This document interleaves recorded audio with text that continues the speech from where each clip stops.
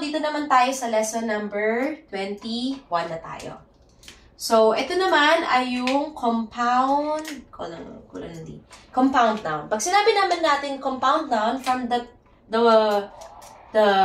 word combination. Okay? Yan ang pinaka-keyword mo. Pag sinabi natin combination, ito yung mga pagko-combine ng mga words para gawin mo siya ng isang salita. Halimbawa, chair. Pag sinabi natin chair, upuan.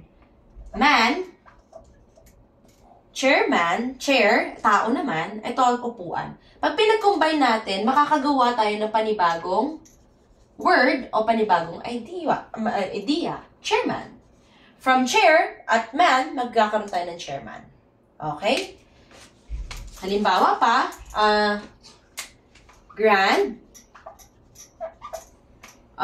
mother. Yan. Yung grand, ito yung luma. Yan. O matagal na. Yung mother naman ay nanay o yung ating ina.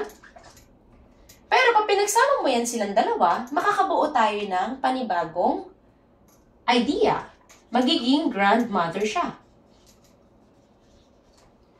Kaya, ito ay magiging lola na. So, yung luma at ina, pinagsama mo sila, magiging lola.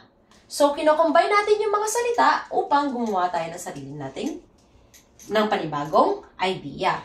Ano pa? Ice cream. Ma'am, may space naman sila eh. May space naman po. Hindi na siya magkasama katulad ng grandmother, chairman. Hindi sila isang salita. Masasabi pa rin ba natin compound noun yun? Opo. Sapagkat, pag pinagsasama mo sila o pinagtatabi mo sila, kapag nagkakaroon ng panibagong idea, compound noun pa rin yan. Kahit na hindi sila magkatabi. Kahit na may space sila sa gitna. Kapag pinagsama mo sila o pinagtabi mo sila, meron pa rin panibagong idea, yan ay compound noun. Okay? Yung ice, yung yellow. Yung cream, crema. Diba? Tama ba? Yung Tagalog ko? Crema? Kung iisipin natin, ice cream ay iba ang iisipin natin kung mag-isa lang siya.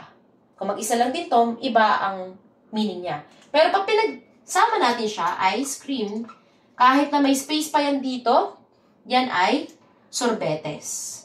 So, nagkaroon ba tayo ng panibagong idea o panibagong meaning nung pinagsama natin sila?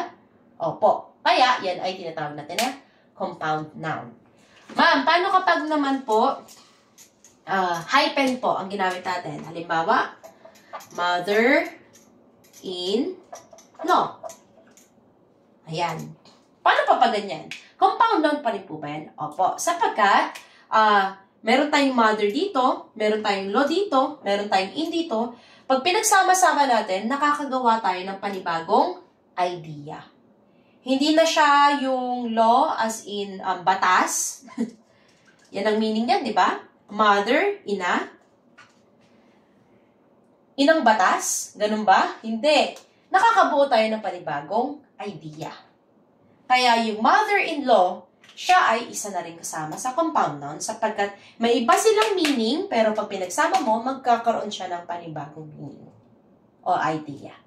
Okay? Yan ang compound noun.